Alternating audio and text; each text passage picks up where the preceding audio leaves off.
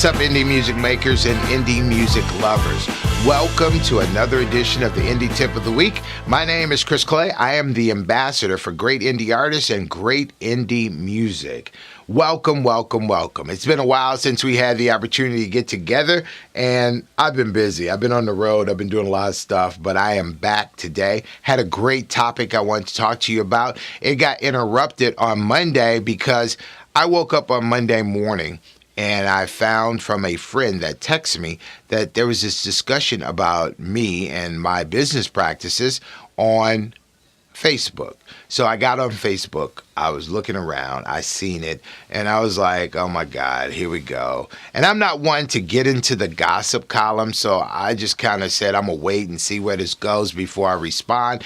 But anyway, I'll tell you about it. If you want to see the post, I'll email it to you because I did screenshot it before they cleaned it up, because they've cleaned it up now, but in the early part of it, I screenshot it so you could just see all the horrible things that people can say. But anyway, I'm going to deal with this and I'm going to answer as many questions as I can. First, people were talking about who is the IBA. The IBA is acronyms for the Internet Broadcasters Alliance. The IBA is an organization that is 168 radio stations under its umbrella. Basically, it's a coalition of radio stations that have come together to share revenue opportunities. When you look at big conglomerates like Home Depot, Office Depot, or Lowe's, and places like that, when they are buying digital radio, they want at least 1 million people to see or hear their product. Well, one internet radio station by itself can never have 1 million people. So we built this coalition of radio stations that have a huge audience, and we're able to do revenue sharing because of that. Now, not only do we do commercial revenue sharing, we do record revenue sharing as well. So the IBA goes out, it seeks for people to do record programs with them. Once the person does a program with them, the IBA goes out and buys banners, set up interviews, get your record played, do a whole bunch of stuff for the little bit of money that you've spent. They help you really start a buzz on your record. Now, people were asking about the 3 million listeners. Well, let me tell you, because the question was, how do you know that you guys have 3 million listeners? That's a whole lot of people. Well, each one of the radio stations in the IBA pull this information from their servers weekly. They send it to the IBA. The IBA calculates how many people have come through your radio station in a week, in a month, and that's where we get the collective number of 3 million listeners, because it comes directly from the server that calculates how many people actually came into a particular radio station. So collectively, the IBA is currently servicing about 3 million people every week with music and content. That's where we get the number from. Now, people were asking the question, the difference between the UK and the US. Now, obviously, the United States does business much different than the UK when it comes to music. The United States has programs that you have to buy something. You have to buy some radio time. You have to pay a promotion person. You have to do something with your marketing dollars. Well, from what I understand, in the UK, all you got to do is send them your record. If they like your record, they'll play it. But because I'm a research person, I wanted to make sure that that was true. So I went and looked at some of the radio stations' websites in the UK.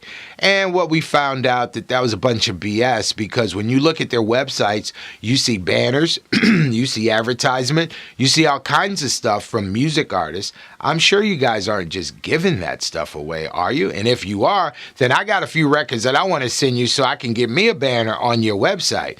So it doesn't matter if you're spending your money with an organization like the IBA, which is actually acting as a promotion company to get out and help you start a buzz on your record, or you're spending your money on a banner on a radio station in the UK. It doesn't matter. It's the same money, and you're spending it for the same purpose, the exposure of your music. That's just music business. So I'm not saying it's right, wrong, or indifferent. I'm saying it is what it is. Now, I rep for internet radio stations, so I'm definitely going to throw a plug in for them. All of these internet radio stations are independently operated. They're actually operating these radio stations from their own wallet. So if they're asking you to buy a banner, if they're asking you to buy some advertisement, if they're asking you to pay for an interview, which I don't condone, but it's their property. They can do whatever they want to do with it. If they're asking you to spend your marketing dollars with them, I'm not mad at them because they have bills to pay. Well, what bills are we talking about? Let me tell you. Glad you asked. They have electric bills. They have royalty bills, meaning that for every record that they play, they have to pay the publishing on that record to BMI, ASCAP, CSAC. They have to pay sound exchange. Those numbers are pretty high every month. So if they're asking you to help offset their expenses by buying something, and they're giving you back exposure on your music, I think it's a fair exchange, don't you? I don't know where we get off on believing or thinking that radio is free. There's nothing free in the world, and radio is included in that. If you're going to get something out of it, you're going to have to spend something to make it happen, which is why in every video, I keep telling you, make sure you got your marketing money, because if you're not prepared to spend something behind your record, then chances are you're going to have very marginal success at best on your record. I think that people spend so much money in the studio mixing, mastering, recording, getting a record right. And then when it comes down to the marketing of it, they don't want to spend social media money. They don't want to spend delivery money, because now radio stations don't take CDs. They take MP3s. If you don't have the email addresses, the correct email addresses to these radio stations, then your music gets lost in the shuffle. Now, again, I'm not here to have a debate about the UK versus the United States. Clearly, business is done differently in the UK. Now, I know with the BBC, because I have a couple of friends that work there, it's about the bottom line is about the money. That's what it is. They bring you a bunch of great content, but at the same token, they're making money, man. Whether they're selling your content, whether they're sponsoring your content, asking you to buy a banner on their website, buy advertisement, they're making money because it's a business. Now, all this other rhetoric, I don't know about it and really don't care. I've been in this business for 30 years, and this is the way business is done in the United States. I didn't make the rules. I just play by the rules. And the rule is that if you're trying to get your record up and running at radio, you have to hire a promotional person that has the relationships to go out here and start repping your record and getting your record in front of the decision maker. No one's going to rep your record for free. It's a business. I have a family that I'm trying to feed and take care of. It's a business. If you're going to get my time, you're going to pay me for my time. People run in the studio. They make a record. They think that because I've made a record, you're supposed to play it. Radio is not built to play records. Radio is built to sell advertisement. Now, the music is the bonus. So people stop running around here acting like radio's supposed to play your record because you in one particular town. They are supposed to support local artists. That's BS. I don't know who said that. There is no law that says you have to play a local record or any other record. Radio stations choose to play what they feel is best for their listening audience. If your record is at best marginal to that program director, then he's probably going to say, no, I'm not going to play it. There's nothing you can do. You can't pay me because I'm not taking record money, but you can buy some advertisement. Still doesn't guarantee that I'm going to play your record. So people, please understand.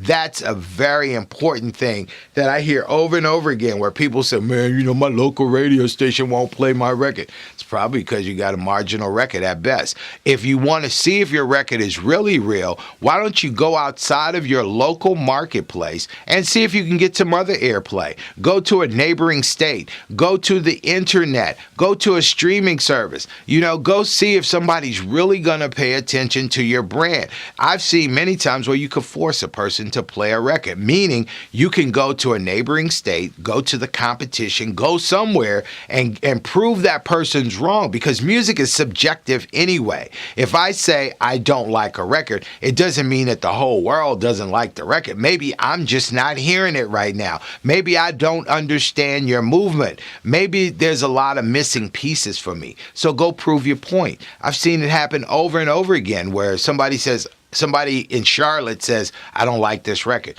But in South Carolina, people are saying, I love this record. And they see the results, and all of a sudden, Charlotte jumps on the record, and now everybody's happy. So go do the work. But because you don't have all the relationships to get music played at radio, you must have relationships. These program directors are looking to deal with people they have relationship with. So until you start building relationships, you're going to have to hire a marketing company that has the relationships with the people that you're trying to connect with.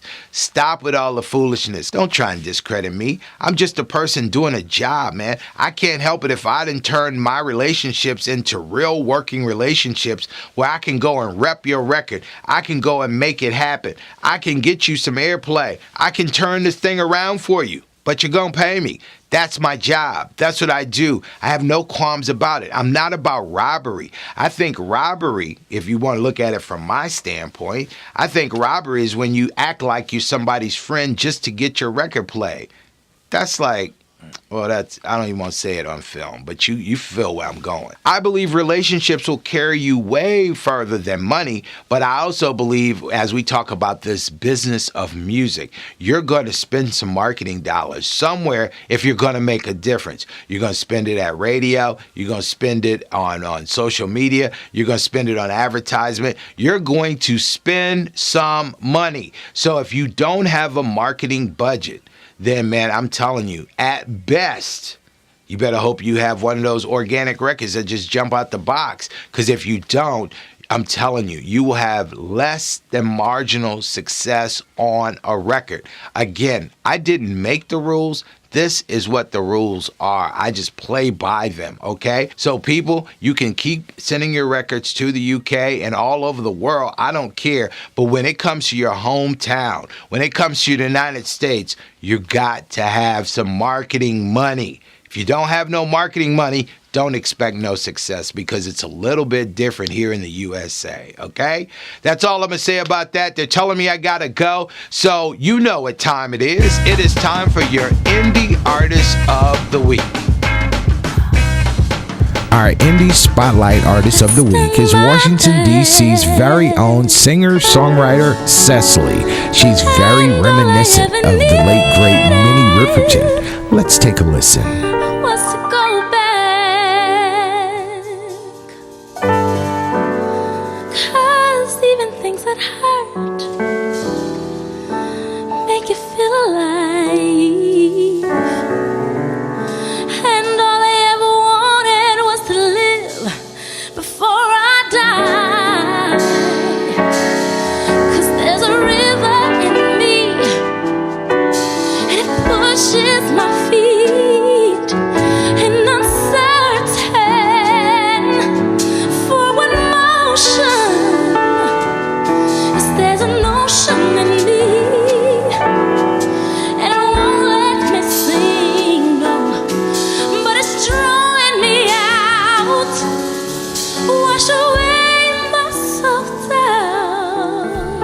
Oh my God, what a beautiful voice. I love this track. I love this lady's voice. She reminds me so much of Minnie Riperton. Oh my God, get out and support it, people, and support all indie artists. People, they need your help. They're doing it with their own money.